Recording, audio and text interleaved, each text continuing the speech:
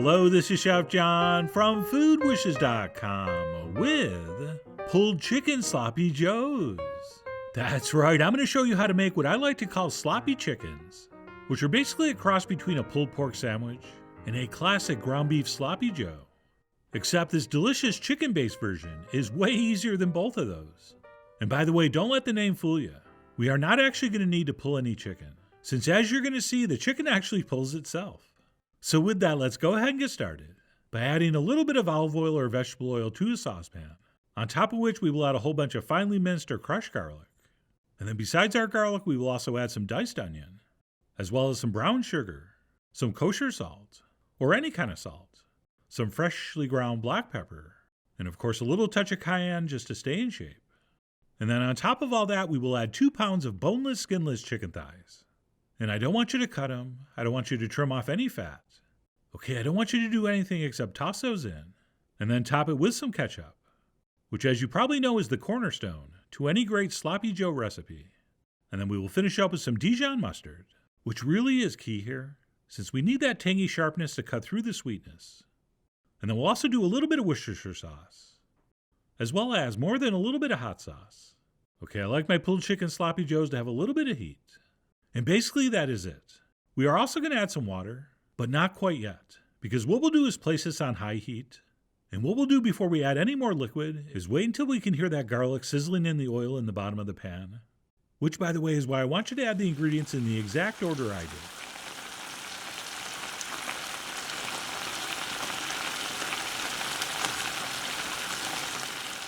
And that's it. Once that garlic sizzled for about 30 seconds, we'll go ahead and add some water. Or if things are going pretty well, you could add some chicken broth instead. And at this point, we can stir everything together, as well as attempt to get all our pieces of chicken below the surface. And then what we'll do is simply wait for this to start to boil, at which point we will give it another stir. And by the way, in the recipe development business, these kind of dishes are referred to as dump recipes, since all we do is dump everything into a pot or pan and then cook it. But please do me a personal favor, and never, under any circumstances, call something a dump recipe. And I think we all know why. But anyway, what we'll do at this point is reduce our heat to medium-low, and we will simmer this uncovered, stirring occasionally, for about an hour and a half, or until our chicken completely falls apart. And somewhere about the 45-minute to an hour mark, as you stir this, you'll notice the pieces of chicken are breaking down, which is exactly what we want to happen. And if everything goes according to plan, by the time our chicken's looking exactly how we want, our sauce will have reduced down, and we should end up with something that looks like this. And of course, if your mixture gets too dry before your chicken is ready, just simply add another splash of water or broth. Okay, that's just you cooking. Which reminds me, you can make this as saucy or dry as you want. Okay, only you know exactly how sloppy you want your sloppy chickens to be. But personally, I think this is perfect right here. And then what we'll do once we are happy with it is go ahead and add our last 2 ingredients, which are some freshly sliced green onions, as well as some diced green peppers, which can be green bell, but today I'm actually using jalapeno, plus 1 green not quite ripe Jimmy Nardello. And we'll go ahead and stir that in, and we'll cook this for another 5 minutes or so, or until those peppers just barely turn tender. And if you're thinking of skipping the green onions and the green peppers, don't. I cannot stress how important that bittersweet savoriness is going to be to the dish. And if they're not there, because of the sweetness, your sloppy joe is going to be one-dimensional.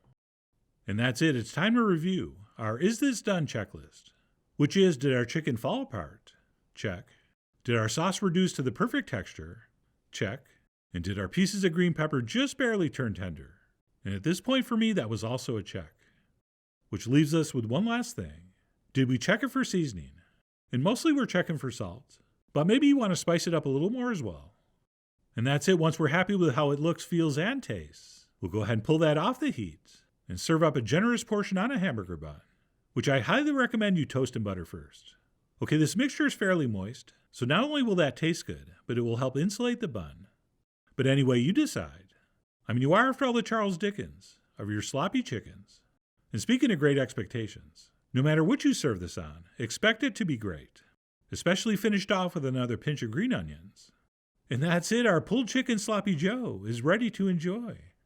And you know how I usually start off by just taking 1 bite? Or if it's really good, I'll start off with 2 bites.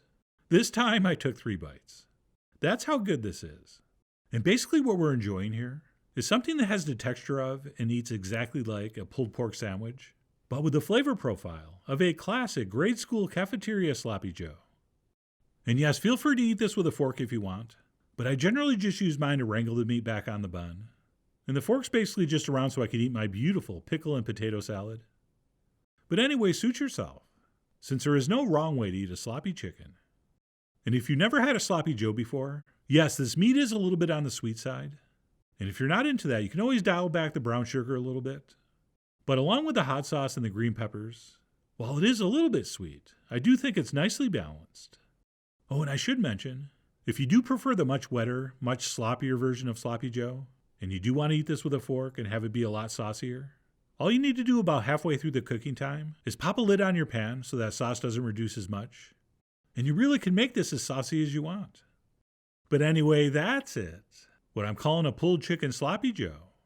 Or as its good friends call it, sloppy chicken. Or as sloppy drunk people call it, schloppy chicken. What I'm about to say might sound crazy, but I really do actually prefer this version to the ground beef classic version. And possibly also, while I'm at it, more than a pulled pork sandwich.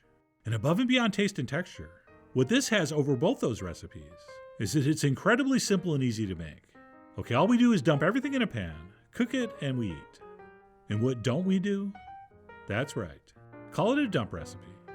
But no matter what you call it, I really do hope you give it a try soon. So please follow the links below for the ingredient amounts, a printable written recipe, and much more info as usual. And as always, enjoy.